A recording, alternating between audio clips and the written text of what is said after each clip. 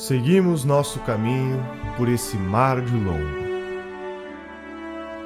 até que terça-feira das oitavas de Páscoa, que foram 21 dias de abril, topamos alguns sinais de terra. O capitão pôs o nome de A Terra de Vera Cruz. E dali avistamos homens que andavam pela praia, uns 7 ou 8. A feição deles era serem tanto avermelhados, de bons rostos e narizes bem feitos. Seus corpos são tão formosos que não pode ser mais. Eles não lavram nem criam. Nem há aqui boi ou vaca, cabra, ovelha ou galinha, ou qualquer outro animal que esteja acostumado a viver do homem. Enquanto ali andavam, dançaram e bailaram, sempre com os nossos, ao som de um tamboril nosso, como se fossem mais amigos nossos do que nós, seus. Até agora, não podemos saber se é ouro ou prata, ou outra coisa de metal ou ferro. Águas são muitas, infinitas, e desta maneira dou aqui a vossa alteza conto do que nessa vossa terra vi. Deste porto seguro, da vossa ilha de Vera Cruz, hoje, sexta-feira, 1º dia de maio de 1500,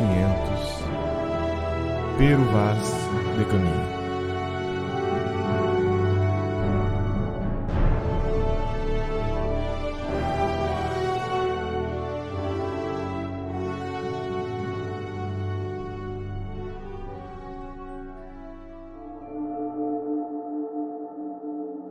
História é um lugar para pessoas sérias que querem investigar os temas, não querem agradar partidos. Querem investigar os temas. Isso é história. História não é exercício de simpatia. O historiador, já ensinou Leopold von Ranke, ele deve ser emocionalmente frio. Ele deve olhar a fonte e tratá-la com respeito. Mark Bloch vai dizer, a fonte deve ser interrogada. Encha de perguntas aquele documento, porque não é só no documento que está a história. Ele precisa de perguntas, ele precisa de interpretação. Só que toda interpretação tem um limite. Nós não podemos fazer, como acusou Gilberto Freire, como Marx, que interpretou demais, filtrou demais, foi parcial demais, e com isso fez uma produção que Paul Johnson e o próprio Gilberto Freire citado vão dizer que em muitos momentos é muito mais literatura do que produção sociológica ou filosófica. Há sempre a força do instante. A nossa vida, ela é formada por instantes definitivos até o instante final, que é o instante da morte. E no Brasil, os instantes políticos, os grandes instantes políticos, eles são discutidos de modo muito escasso e, na maior parte das vezes, para garantir interesses interpretativos e não um interesse genuíno com as fontes de investigação, de leitura do passado. Não é para construir um novo Brasil, construir uma história de um Brasil perfeito. Não, mas é para discutir a história do Brasil tal qual ela foi. A gente pode pensar assim, além da gente se conhecer nos detalhes, é melhor para isso, melhor para aquilo, não funciona bem nisso, o clima é tal, até o clima influencia na gente, é importante pensar nos valores universais, sim. Na conversa com os homens de todos os tempos e de todos os lugares. Afinal, existem muito mais pessoas mortas do que vivas. Então, a gente aprender com a humanidade é ouvir os mortos. São estes momentos que formam a nacionalidade. O que é o senso da nacionalidade? É a memória dos grandes feitos realizados em comum, onde todo o povo sente que está participando. É isso que é, vamos dizer, a identidade nacional. Agora, o nacionalismo brasileiro é assim, sempre foi um nacionalismo, primeiro, geográfico e não histórico. Hegel já dizia, a América Latina não tem história, só tem geografia. Então é um nacionalismo idiota, feito de orgulho do território, como se nós tivéssemos feito o território. As nossas matas, o ouro, os minerais, o petróleo é nosso, a Amazônia é nossa. Quer dizer, é um negócio geográfico. Em segundo lugar, é um nacionalismo ressentido, que não é um nacionalismo, é um anti-americanismo apenas. Então, nós não temos, pelo menos no século XX, não temos uma verdadeira cultura nacionalista que teria que ser feita em torno dos valores nacionais efetivos, condensados nesses momentos em que o povo fez o seu próprio destino. Por que o Brasil é o país do futebol? Porque a gente não para de recordar a história do futebol. A gente está sempre lembrando das Copas, sobretudo a Copa de 70 com Pelé, a gente lembra dos outros, e sempre os nomes circulam, os nomes deles, né? Eu sou de Santos, em Santos tem estátua do Pelé, lá perto da minha casa. Como a gente lembra da história do futebol, cada um torce para um clube, você torce para um time. Você vai memorizar o título dele, o que ele fez no ano tal, quem foram os grandes jogadores. É assim que faz, você vai ter orgulho disso. Não é? Você vai ter que querer o quê? Manter um padrão de antigamente. Não, nós já fomos campeões disso. Te dá um orgulho, uma autoestima, você quer manter aquele padrão. Cadê? O da inteligência, o da moral, o da política, o do heroísmo, o da guerra. Assumiram com todos. Tem o que? O Olga Benário. Fazem filme de Olga Benário. Uma militante comunista, soviética, treinada na Rússia para matar brasileiro aqui, para implantar comunismo. É isso que fazem filme, 2004, se não me engano. A falta de heróis está tão grande assim, a falta de modelos, a falta de arquétipos, de paradigmas. Não está tão grande. Brasil Colônia. Esse processo durou da metade do século XVI até a primeira metade do século XIX, tendo variações geográficas ao longo desses quase 3 séculos de existência.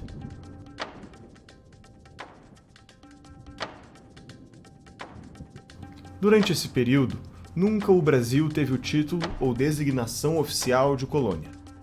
Durante o processo de colonização, o Brasil teve apenas 2 designações oficiais: Estado do Brasil e Reino do Brasil. Por que o termo Brasil Colônia é utilizado até hoje com uma conotação de mera exploração? Se o Brasil foi uma colônia, por que ela era mais rica do que os Estados Unidos em seu período colonial? A quem devemos o legado de fundador do Brasil? Qual era o plano? O que deu errado? Entrando nessa ideia do Brasil colonial, abarcando o Brasil colonial, é fundamental, antes de discutirmos se o Brasil foi ou não uma colônia, analisarmos algumas coisas no seu sentido mais pluralizado. Exemplo: índios e não índio. Pegar, por exemplo, um Guarani, um Tupinambá e um Tupi é falar de índios diferentes. Ou seja, há um conjunto cosmológico singular em cada uma dessas culturas. Chega o elemento português aqui. O elemento português apresenta objetos de área comum. Uma fé,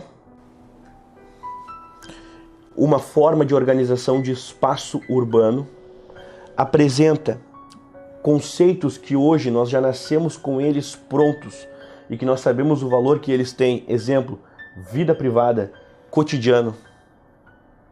E eles vão apresentando esses elementos e vão dando uma cara de unidade. E essa cara de unidade, essa consolidação, é que vai possibilitar uma discussão se o Brasil foi ou não uma colônia, já que nós vamos encontrar um processo civilizatório ocorrendo no Brasil, e não apenas uma colônia per si em que a exploração ocorre. O pessoal às vezes fala sobre a extração do ouro e reclama do tempo em que você pagava 1/5 do ouro explorado para a coroa portuguesa. Quem dera se hoje eu pudesse pagar 1/5 de impostos. Não é verdade? Eu pago muito mais e não pago por uma coroa e não recebo em volta. Se o Brasil era uma colônia, por que éramos uma colônia mais rica, por exemplo, do que os Estados Unidos na sua fase colonial? Quais são os méritos do processo português no Brasil, já que nós tantas vezes não os discutimos e nós não vemos esse tipo de discussão? Quais são esses méritos? E por que a história do Brasil é explicada sempre a partir apenas dos ciclos econômicos? Então, se a ideia é falar de um Brasil português, ela pelo menos me soa sempre melhor. A história do Brasil é riquíssima, né? Nós normalmente perdemos de vista, infelizmente, a substância da forma como, vamos dizer assim, o elemento essencial de como a educação no Brasil ela foi, vamos dizer, praticada desde o período da fundação do Brasil. Tá? Quer dizer, o período colonial foi um período em que, claro, nós não tivemos uma pulverização da educação, os processos pedagógicos, eles ainda eram muito restritos, né, a certos nichos, a certos grupos, mas nesses grupos, nesses nichos, nós tínhamos ali verdadeira educação. E é difícil discutir esses temas. Por quê? Porque ainda há, no nosso tempo, uma imagem muito ruim construída sobre as mais variadas justificativas de nossa tradição. Dom João VI continua sendo associado a um gordo, corno, comedor de coxinhas. E até onde isso vai? O pessoal adora, dentro da historiografia, dizer que tal contexto foi bom ou ruim para o indígena, mas olhando sob o viés contemporâneo, sob as células oculares de nosso contemporâneo.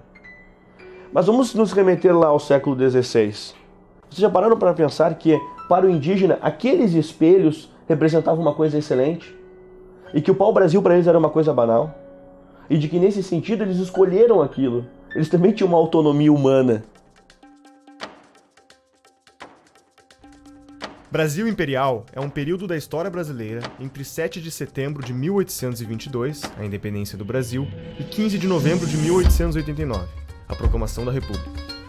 Neste período, o Brasil foi governado por dois monarcas, Dom Pedro I e Dom Pedro II. Como realmente foi a fundação do Brasil? Durante esse processo, muita coisa aconteceu. Uma versão da história é conhecida, a outra, nem tanto.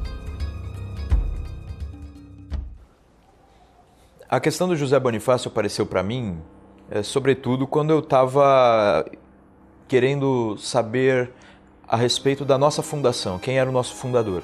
Que no Brasil nós tínhamos aquela ideia de que um português da família real, montado num jumento, na verdade era uma mula, né? Numa mula, com caganeira, gritou independência ou morte. E quando as pessoas me contavam sobre suas independências nos outros países e perguntavam da minha, eu percebia, eu não posso falar a minha história, não, isso não faz sentido. Não. Quando, em 1808, a família real vem para o Brasil, nós começamos ali a ter certas bases fundantes. E o que são essas bases fundantes? São, dentre outras coisas, elementos que toda nação tem e que o Brasil não tinha. A questão da imprensa, por exemplo, a questão de um exército organizado, um exército próprio, enfim. Dom João VI traz para o Brasil valores, ainda como príncipe regente de Portugal, que o Brasil não tinha. Então vira um país. Daí ele cria o Banco do Brasil, cria os portos, o ensino superior, etc. Toda a infraestrutura brasileira foi Dom João VI começou. Embora eu não concorde com a tese de que a família real era inculta, não concordo com nada disso. A biblioteca transportada por Dom João VI foi imensa. O amor dele por música, por pintura. O cara era culto, não é o imbecil que comia coxinha. Ocorre uma revolução em Portugal, a Revolução do Porto. E, nesse contexto, eles queriam obrigar, então, o Dom João a voltar do Brasil para Portugal, porque estavam já enciumados, estavam achando que só o Brasil ia para frente, coisas assim. Volta Dom João VI e depois eles queriam que o próprio Pedro voltasse também. E aí que o José Bonifácio diz não, ele acha que se o Dom Pedro voltar, o Brasil, ele não tinha essa comunicação de hoje, nem estradas, nem internet, nem correios. O Rio de Janeiro se transformou em centro das províncias quando veio Dom João VI. Antes disso, cada província era um universo diferente. Então, esse centro, o José Bonifácio disse, precisamos manter esse centro. Porque é importante, é um centro de intercomunicação, é um centro de administração. Precisamos desenvolver, inclusive, a partir desse centro, uma unidade. Então, José Bonifácio, em alguma medida, Dom João VI, na prática, ele deixa a estrutura do que seria o Brasil. José Bonifácio inventa com consciência, consciente do que fazia. O Brasil tem que ter este território unido. E se a gente tiver que dividir as províncias e cada uma delas obedecer só a Lisboa, nós não vamos conseguir essa unidade. O Brasil vai se quebrar. Porque se Portugal errar, o Brasil pode seguir o mesmo caminho revolucionário dos outros povos da América Espanhola, ou da França, dos Estados Unidos, e o Brasil se quebraria em diversas pequenas repúblicas. E ele dizia, isso vai ser péssimo, enquanto a gente pode manter um grande e vasto império, que era a ideia dele, certo? Então José Bonifácio escreve uma carta muito mal criada para Dom Pedro, antes do dia do fico. Então vai ter o dia do fico e o José Bonifácio escreve para ele que se você tem honra de homem, né, e de príncipe, você vai ficar. Porque senão você vai ser responsável pelo rio de sangue que vai correr aqui. Essa foi a carta que José Bonifácio mandou. O José Bonifácio, dias depois, é chamado para integrar o ministério. Então Dom Pedro I deu muito valor. Não era Dom Pedro I ainda, né? É príncipe regente. Mas Dom Pedro deu muito valor a José Bonifácio. José Bonifácio integra o ministério. A partir daí ele manda Dom Pedro viajar pelas províncias. A ideia era viagem de província por província, porque o brasileiro tem esse valor ao símbolo do imperador, do rei. É que o José Bonifácio que cria o termo império, ele muda isso. O Portugal estava acostumado a falar em rei e reino. Então ele fala, para a gente fundar esse império, eu preciso da unidade. Para fixar a unidade eu preciso de um centro de força e união. O centro é o Rio de Janeiro e a pessoa que simboliza esse centro é Pedro. Pedro, viaje para as províncias e conquiste o povo. Pedro era carismático. Coloca o Dom Pedro como, digamos, o símbolo de união. Foi José Bonifácio. E como é que eu tenho certeza disso? Porque ele fundou uma sociedade paramaçônica para enfrentar a maçonaria. Ele sabia muito de sociedade secreta. Ele fundou uma sociedade secreta chamada a Nobre Ordem dos Cavaleiros da Santa Cruz. Santa Cruz, um dos nomes antigos do Brasil. Na sociedade secreta dele tinha uma das lojas, né, que ele não chamava de loja, chamava de palestra, chamava-se Independência ou Morte, muito antes do grito. Ele inventou o termo. Ele coloca Dom Pedro de Arconte-Rei, que era o cargo mais alto, que é quase o imperador. E ele, logo em seguida, que quando o Brasil, primeiro império, Dom Pedro I, qual é o primeiro-ministro? José Bonifácio. Toda a estrutura ele criou na sociedade secreta dele. Enquanto estavam discutindo se ia ser república, se ia manter o príncipe dele, já tinha montado tudo. E aí, por isso que ele é o fundador do Brasil, tá entendendo? O que é o projeto antigo que herda desde Dom Henrique, que era o príncipe das grandes navegações, dos Joões anteriores a Dom João VI, tudo o que ele faz? Não, Portugal, o grande império, o ideal de grande império, o ideal de civilização cristã, certo? O ideal de ser maior que os gregos, que é o ideal de Camões. Ele diz Portugal superou os gregos. Aquilo que cantavam os gregos fica pequeno se a gente fala das grandes navegações de Portugal. Esse é o ideal. José Bonifácio traz para o Brasil.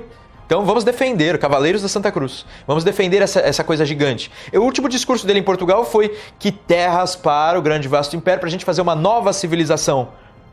Onde a gente tenha o assento com 2 S, claro, a gente tenha o assento para as ciências, as letras e as artes.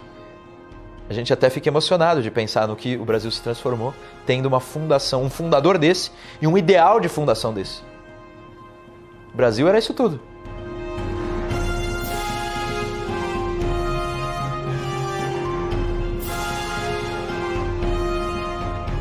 E tudo isso eu digo porque José Bonifácio é o estrategista da independência, estrategista até de guerra, porque ele monta a marinha do Brasil e diz que o principal elemento era a marinha. Por quê? Para a guerra não se travar nas casas das pessoas. Vamos travar a guerra no mar. Quando eles estiverem vindo, a gente já os derruba. A marinha do Brasil é grata a ele até hoje. Então, assim, ele tem a visão total, estratégia de guerra, estratégia de integração nacional por meio do símbolo unificador, a estratégia do Centro de Força e União, que é local também, no Rio de Janeiro, a estratégia diplomática. Ele nomeia pessoas especiais para ir para a Inglaterra, para a França, para a Argentina, que não era ainda a Argentina que a gente começa, era a Confederação da Plata e uma série de coisas, para os Estados Unidos, dando ordens, faça isso, faça aquilo, faça aquilo, faça aquilo. Esse é o nosso primeiro império, ele fez tudo isso. Ideia para a educação de escolinha. Ele disse método tal para educar crianças. Universidade vai ser fundada em São Paulo com essas e essas bases, cursos tais e tais. Tá? Como tratar os franceses? A gente faz isso e cria um ciúme com os ingleses. Se eles não obedecerem, a gente vai para os ingleses. Se eles não gostarem, a gente fala que a gente se une com os argentinos e mata todos eles. E coisa assim. Ideal de integração americana, que fala, não sei o que a esquerda pega, Foro de São Paulo, tem nada a ver, ele inventou. Com outros objetivos, com outras funções, com aproveitamento evidentemente comercial, mas sobretudo de autodefesa. Não vamos deixar a Europa mandar aqui. Brasil, República. A República no Brasil surge principalmente a partir de 3 questões. A primeira está relacionada à forma com que o abolicionismo foi feito. Naquela época, os escravos eram tidos como propriedade. e, como toda propriedade, tinha um valor de mercado. O abolicionismo foi feito de tal forma que os proprietários não receberam nenhum ressarcimento para abrirem mão de seus escravos. Isso fez com que o Império perdesse o apoio dessa classe. A segunda questão está relacionada ao exército. O exército lutou na Guerra do Paraguai por um tempo excessivo. Existia um desprestígio em relação à marinha, pois o Império privilegiava e premiava a marinha enquanto o exército estava morrendo na Guerra do Paraguai. Isso fez com que Dom Pedro perdesse o apoio do exército também. A terceira questão foi religiosa. Dom Pedro entra em conflito com a Igreja, não segue algumas bulas papais que proíbem o casamento entre maçons e católicas, manda prender bispos que seguem ordens da Igreja e não as suas, e acaba perdendo o apoio dos fiéis. Quando teve a independência, o Brasil tinha 3.000 monges. Quando chegou no dia da República, tinha 8. O governo imperial não deixava os superiores das ordens religiosas fiscalizar o que estava acontecendo dentro, não deixava fundar novas escolas religiosas. Isso, a igreja estava acabando. A República veio de um acordo entre a igreja e uma parcela da maçonaria, porque ali era todo mundo maçom, o imperador maçom, o republicano era maçom, todo mundo maçom. Então tem uma briga interna na maçonaria e a igreja se aliou com uma parte e apoiou a República. Quando a República é instaurada, que é um golpe em cima da monarquia, a monarquia já tinha construído esse argumento. A República simplesmente aprofunda e leva isso a uma estratosfera. De modo que, desde o momento em que a República, de fato, configurou-se como tal, em 1889, a República nunca permitiu, efetivamente, que o Brasil tivesse alguma identidade cultural. E mais, cunha uma ideia de que o Brasil é o país do futuro. Porque quando você deslegitima a cultura de um povo, aquela cultura pode ser fabricada, ela pode ser construída artificialmente por determinação estatal. Então, toda a trajetória da República Brasileira é a trajetória, entre outras coisas, da construção de uma identidade nacional a partir da esfera do Estado. A unidade, a concentração do poder substitui o senso de identidade nacional, meu Deus do céu. Quer dizer, se não existe uma unidade de sentimento no povo, alguém tem que criar uma unidade artificial e impor. Você esquece tudo que o Brasil foi, toda a sua herança intelectual, a sua herança espiritual, a sua história e coloca outra. Aí você vai colocando a história de um movimento internacional. Pode ser um movimento comunista, mas isso pode acontecer, porque é o que a Olga Benar é parte do movimento comunista. Agora, não é só contra o comunismo que temos que nos aprender a nos defender, é qualquer outra coisa que queira tomar o lugar da verdade, o lugar da história, das nossas características próprias, da nossa voz, do nosso modo de ser no mundo. Qual é o modo de ser do brasileiro no mundo? Você dificilmente encontra no Brasil algum político, algum estadista que tenha uma visão integral do Brasil. Geralmente a visão é paroquial, ele vê um pedacinho que é a classe dele, o grupo dele. Como pessoa da esquerda, eu só vejo o seu próprio umbigo, né? Ninguém procura captar o Brasil inteiro, né? Para isso, evidentemente, você não precisa ter viajado o Brasil inteiro. Um pouco de imaginação basta, um pouco de estudo basta, para você entender como é que as pessoas sentem, né? Você vê, por exemplo, você vai no Rio Grande, o Rio Grande tem uma certa consciência histórica. Sabe por que eles têm a consciência histórica? Porque a sua história foi condensada numa grande narrativa épica que é do Érico Veríssimo, O Tempo e o Vento. Então você não é obra de história, é uma obra de ficção, mas é a epopeia do Rio Grande. Todo gaúcho leu isso e ele tem isso na memória. Então você vê, até eu, quando ia no Rio Grande, eu ouvia os caras cantando no Rio Grande, eu mesmo me emocionava, porque eu me sentia participando da história. Agora, tem isso em São Paulo? Tem isso no Rio? Já não tem mais. O Rio tinha, acabou. Estado nenhum tem esse senso de unidade histórica. Nem em Minas Gerais você encontra muito isso mais. Sobrou só no Rio Grande. Não, a República foi uma palhaçada, desde o início. Você vai lá no Rio de Janeiro, você olha o Paço Imperial, que é onde morava o imperador, e depois você vai olhar o Palácio do Catete. O Paço Imperial, o que é? Uma velha casa de fazenda, onde o imperador morava com toda a modéstia, sem gastar dinheiro público. Fizeram a República, daí os generais, não, vamos comprar um palácio, vamos ser os gostosões. Começaram a gastar dinheiro público, começou a corrupção desgraçada, que no Império não tinha. tá certo? E o Brasil caminhou de golpe em golpe, de revolução em revolução e nunca mais estabilizou, não teve 5 anos seguidos de democracia e de ordem, meu Deus do céu. Então você quer saber o que foi a República? Uma bela porcaria, é? E essa outra fase começa com militares no poder. A gente fala de ditadura militar a partir de 64. A gente começa com uma república que é conhecida como República da Espada, do Deodoro, Marechal Deodoro da Fonseca, e o seguinte, Marechal Floriano Peixoto. A gente tem uma República da Espada porque é a República do Exército, é uma ditadura positivista. Nossos 2 primeiros presidentes foram ditadores militares, digamos assim. Então, a Constituição foi feita em 1891, a Constituição já foi desrespeitada pelo segundo presidente da República. A revolta da Armada, a Marinha, lembra que eu disse que o Exército que era republicano, mas a Marinha adorava o Império. Aí a Marinha, vez ou outra, colocava navios de guerra na frente do Rio de Janeiro, dizendo: vou bombardear tudo se você não fizer tal coisa. Aí a revolta da Armada, a famosa revolta da Armada. Começa assim a história da República. E dizem que não teve guerra civil no primeiro momento, mas aí depois tem revolta da Armada, depois tem Canudos, depois tem um monte de coisa. O Brasil precisa formar e reconhecer pessoas capacitadas, e esse reconhecimento de pessoas capacitadas nas diferentes áreas é que vai possibilitar que pessoas cresçam. E a política, nesse apanhamento historiográfico de um século XX, em que sai uma coroa, sai uma trindade, entra outra bandeira, outro hino, outro símbolo constitucional, sai esses símbolos constitucionais, entra Vargas, carregando, no seu período, outros símbolos nacionais. Quando nós voltamos à ideia de Deus presente na Constituição, que não é mais o Deus da Trindade, é o Deus laico, é o Deus que abre um conjunto de possibilidades em que até Vargas ou Lula podem ser o Messias. Sai Vargas, uma Brasília surge. E estou fazendo tudo isso assim, de forma acelerada. Sai Brasília, no sentido de apresentação simbólica, nós temos 64. Sai 64, nós temos um novo Brasil para muitos. O novo processo de independência ocorreu em 88. Sai 88, 2002. Eis o momento de libertação do povo. Não, a libertação do povo aqui já aconteceu. Já aconteceu há muito tempo.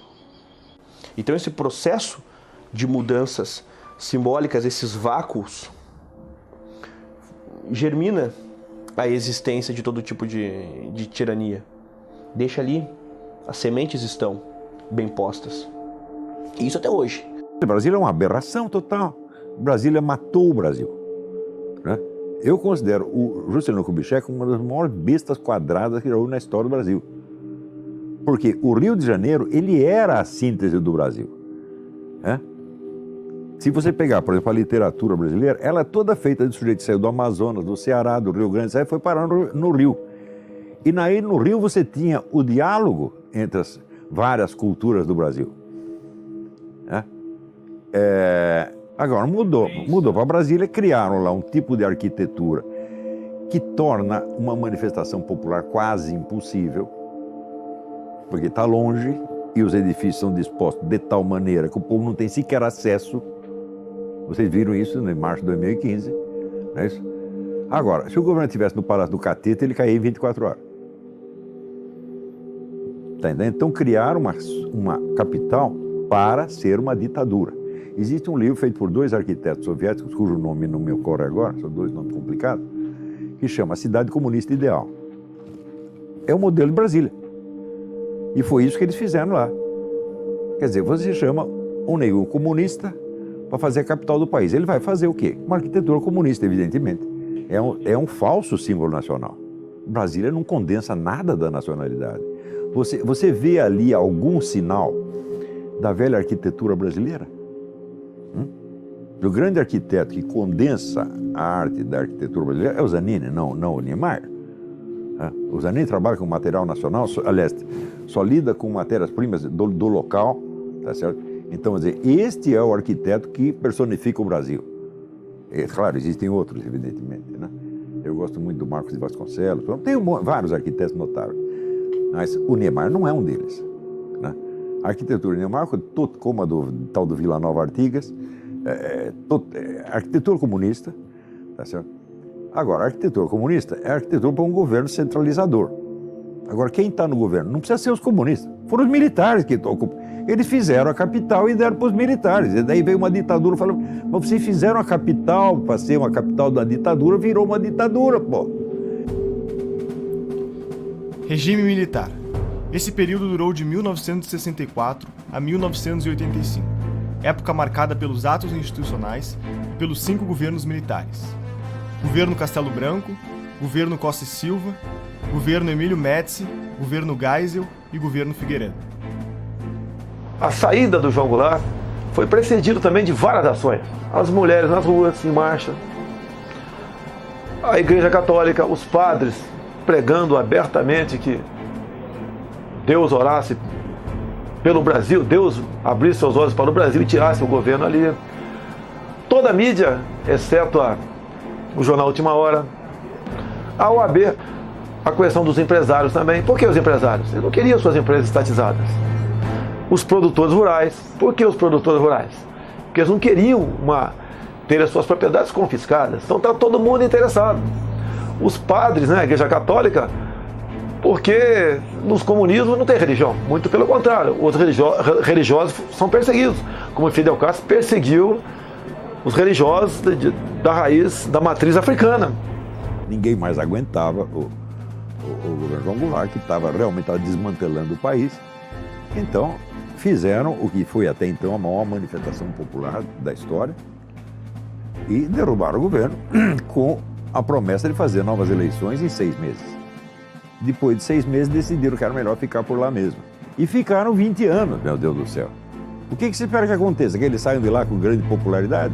Até que saíram, tiveram popularidade até o governo Médici, o presidente Médici, do qual se fala tão mal, ele, na última semana de governo, ele tinha 82% de popularidade. Depois, com o Geisel e Figueiredo, a coisa foi caindo. Quando eles saíram, não tinha popularidade nenhuma. Está todo mundo por aqui com eles. E olha, tem um ditado que diz que o hóspede não deve ficar na casa mais de 3 dias, porque no 4º dia já começa a encher a paciência. Os militares cometeram esse grande erro, disseram, não, nós vamos ali resolver o problema e vamos para casa. Ficaram lá 20 anos, meu Deus do céu. Aquilo poderia ter marcado a nossa história para sempre. Bastava que eles cumprissem o que prometeram ao povo. O Brasil tem um risco. O que é o risco Brasil? Nós temos uma Constituição extremamente interventora, extremamente forte, em que o Estado manda sempre, manda em tudo. Se elegermos um socialista ou um comunista em cima dessa Constituição, você tem facilmente um Estado totalitário. Porque juridicamente ele já tem o poder para criar o Estado totalitário. Ele não tem bloqueio nenhum, ele não tem limite nenhum. Ele tem um Estado quase que ilimitado, que ele pode brincar com isso.